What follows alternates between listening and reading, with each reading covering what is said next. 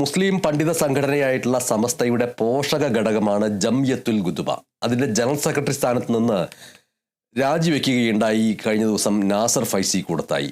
പക്ഷേ ആ രാജിയെക്കുറിച്ച് ചിലർ തെറ്റായ പ്രചാരണം നടത്തുകയാണ് എന്നാണ് നാസർ ഫൈസി കൂടത്തായി ഇപ്പോൾ പറയുന്നത്. സംഘടനയിൽ അവതരിപ്പിച്ച പ്രമേയത്തിന്റെ പകർപ്പ് അവതാരകന്റെ കയ്യിൽ മാത്രമാണ് ഉണ്ടായത്. അത് ചില മാധ്യമങ്ങൾക്ക് നൽകിയത് സംഘടനാ വിരുദ്ധ പ്രവർത്തനമാണ്. പാണക്കാട് തങ്ങളെയും സമസ്ത നേതാക്കളെയും ഒക്കെ അധിക്ഷേപിച്ച ചിലർ ഇപ്പോഴും ആ സ്ഥാനത്ത് തുടരുന്നുണ്ടെന്നും അവർക്കെതിരെ നടപടി ഉണ്ടാകുമെന്നാണ് പ്രതീക്ഷയെന്നും നാസർ ഫൈസി കൂടത്തായി പറയുന്നു.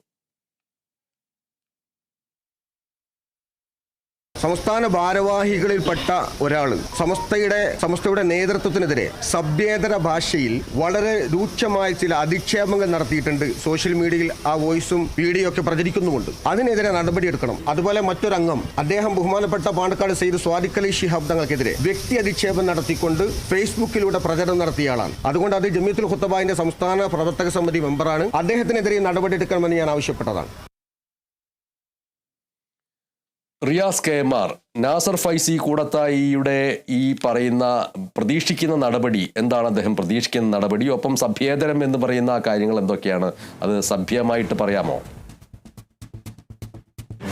തീർച്ചയായും MS, ഈ സമസ്തയ്ക്കകത്തെ പ്രശ്നങ്ങളുടെ ഒരു തുടർച്ചയാണ്. നാസർ ഫൈസി കൂടത്തായിക്കെതിരെ കഴിഞ്ഞ ദിവസം ജംഇയ്യത്തുൽ ഖുതുബ എന്ന ഈ സമസ്തയുടെ പോഷക ഘടകമായിട്ടുള്ള സംഘടനയ്ക്കകത്ത് അദ്ദേഹം ജനറൽ സെക്രട്ടറിയായി 2017 ഏപ്രിൽ 14 മുതൽ പ്രവർത്തിക്കുന്ന സംഘടനയ്ക്കകത്ത് അദ്ദേഹത്തിനെതിരെ അവിശ്വാസ പ്രമേയം ഒരു വിഭാഗം ആളുകൾ കൊണ്ടുവരുന്നു. നവാസ് ദാരിമി കണ്ണൂർ എന്ന് പറയുന്ന ആളാണ് അതിൻ്റെ അവതാരകനായി വന്നത്. അതിൻ്റെ പകർപ്പ് സഹിതം ആദ്യം വാർത്ത പുറത്തുവിട്ടത് കേരള വിഷൻ ന്യൂസാണ്. സ്വാഭാവികമായും ഇതിൻ്റെ പകർപ്പ് എങ്ങനെ മാധ്യമങ്ങൾക്ക് ലഭിച്ചു എന്നതടക്കം സമസ്ത അന്വേഷിക്കണമെന്നൊരാവശ്യമാണ് നാസർ ഫൈസി കൂടത്തായി ഇപ്പോൾ പറയുന്നത്. ഇന്നലെ തന്നെ രാജിയുടെ കാരണം ഇന്ന് രാജിയുടെ കാരണം വിശദീകരിക്കാനാണ് അദ്ദേഹം വാർത്താ സമ്മേളനം വിളിച്ചത്. പക്ഷേ അദ്ദേഹം നാസർ ഫൈസി കൂടത്തായും ഏറ്റവും ആദ്യം പ്രതികരിച്ച ഒരു മാധ്യമം, ഇന്നലെ തന്നെ പ്രതികരിച്ച മാധ്യമം കേരള വിഷൻ ന്യൂസാണ് എന്നതാണ്. ഇന്നലെ തന്നെ അദ്ദേഹം രാജിയുടെ കാരണമെല്ലാം തന്നെ കേരള വിഷൻ ന്യൂസിനോട് അദ്ദേഹം വ്യക്തമാക്കുന്ന ഒരു സാഹചര്യമുണ്ടായിരുന്നു. അതിൽ പറഞ്ഞ കാര്യം ഒന്നുകൂടി ആവർത്തിക്കുന്നതിനോടൊപ്പം തന്നെ അദ്ദേഹം പുതുതായി പറഞ്ഞത് ഇതിൻ്റെ പേരിൽ, തൻ്റെ രാജിയുടെ പേരിൽ താൻ സ്വയം രാജിവെച്ചൊഴിഞ്ഞതാണ്. 2 ദിവസം മുൻപ് ഈ ജംഇയ്യത്തുൽ ഖുതുബയുടെ യോഗം നടക്കുന്നു. ആ യോഗത്തിൽ തനിക്കെതിരെ ചിലർ അവിശ്വാസ പ്രമേയം കൊണ്ടുവരുന്നു. സ്വാഭാവികമായും സുന്നി മഹല്ല് ഫെഡറേഷൻ എന്ന സമസ്തയുടെ മറ്റൊരു പോഷക ഘടകത്തിൻ്റെ പുതിയ ഓർഗനൈസിംഗ് സെക്രട്ടറിയായി തെരഞ്ഞെടുക്കപ്പെട്ട ഒരാൾ കൂടിയാണ് താൻ. അപ്പോൾ ഈ 2ൽ കൂടുതൽ പദവികൾ, കൂടാതെ SYSന്റെ സംസ്ഥാന സെക്രട്ടറിയാണ്, സുന്നി യുവജന സംഘം, ഈ സമസ്തയുടെ യുവജന വിഭാഗമായിട്ടുള്ള.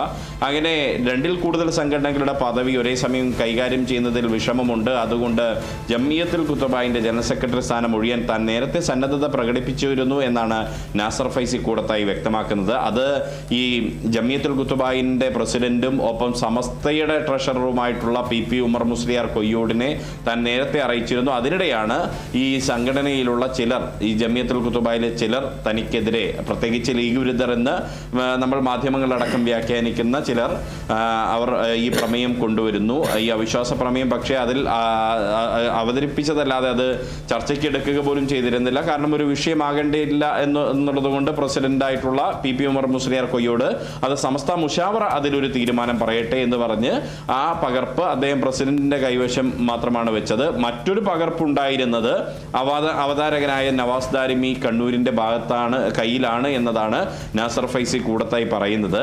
ആ നവാസ് ദാരിമിയുടെ പക്കൽ നിന്നുള്ള ആ പകർപ്പാണ് ഇപ്പോൾ ചില മാധ്യമങ്ങൾക്ക് ചോർന്ന് കിട്ടുന്ന സാഹചര്യം ഉണ്ടായത് എന്ന് നാസർ ഫൈസി കൂടത്തായി പറയുമ്പോൾ സ്വാഭാവികമായും ഈ അവിശ്വാസ പ്രമേയത്തിന്റെ പകർപ്പ് ചോർത്തി എന്ന ഒരു ആരോപണം കൂടിയാണ് അദ്ദേഹം ഉന്നയിക്കുന്നത്. ഇതിൽ സംഘടനാപരമായ നടപടി വേണമെന്ന് നാസർ ഫൈസി കൂടത്തായി പറയുന്നു. മറ്റൊന്ന്, തനിക്കെതിരെ അവിശ്വാസ പ്രമേയത്തിൽ എതിർവിഭാഗം ഉന്നയിച്ച ആരോപണം അദ്ദേഹം പറയുന്നത്, ആ അവിശ്വാസ പ്രമേയം ചർച്ചയ്ക്ക് പോലും എടുത്തില്ലെങ്കിൽ പോലും അതിനകത്ത് നമ്മളടക്കമുള്ള മാധ്യമങ്ങളിൽ വന്ന ആ അവിശ്വാസ പ്രമേയത്തിന്റെ പകർപ്പിൽ തന്നെ വ്യക്തമായൊരു കാര്യമുണ്ട്. നാസർ ഫൈസി കൂടത്തായി സമസ്തയുടെ നേതാക്കളെയും അവമതിപ്പുണ്ടാക്കുന്ന തരത്തിൽ നിരന്തരം പ്രസ്താവനകൾ ഇറക്കുന്നു എന്നതാണ് അദ്ദേഹത്തിനെതിരെ വന്ന ഒരു ആക്ഷേപം, എതിർവിഭാഗത്തിന്റെ ഒരു ആക്ഷേപം ഈ അവിശ്വാസ പ്രമേയത്തിൽ. സ്വാഭാവികമായും നാസർ ഫൈസി കൂടത്തായി അതിന് നൽകുന്ന ഒരു മറുപടി, ഈ സമസ്തയുടെ നേതാക്കളെയും പാണക്കാട് സാദിഖ് അലി ശിഹാബ് തങ്ങളെയും, അദ്ദേഹം സമസ്തയുടെ ഭാഗമായിട്ടുള്ള മുസ്ലിം ലീഗിന്റെ സംസ്ഥാന അധ്യക്ഷനാണെങ്കിൽ കൂടിയും സമസ്തയുടെ യുവജന വിഭാഗത്തിന്റെ അധ്യക്ഷനാണ്.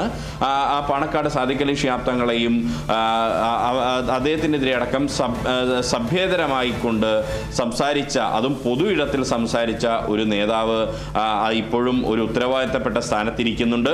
ഒരു പ്രവർത്തക സമിതി അംഗവും, അതായത് ഫേസ്ബുക്കിൽ ഉൾപ്പെടെ ഈ തങ്ങൾക്കെതിരെയും ഒപ്പം തന്നെ സമസ്ത നേതാക്കൾക്കെതിരെയും പ്രതികരിച്ച മറ്റൊരു നേതാവും ഇപ്പോൾ സ്ഥാനത്തിരിക്കുന്നുണ്ട്. അവർക്കെതിരെ താൻ സമസ്ത നേതൃത്വത്തോട് നടപടി ആവശ്യപ്പെട്ടിരുന്നു, പക്ഷെ നടപടി ഇതുവരെ വന്നിട്ടില്ല, അത് വൈകുകയാണ്.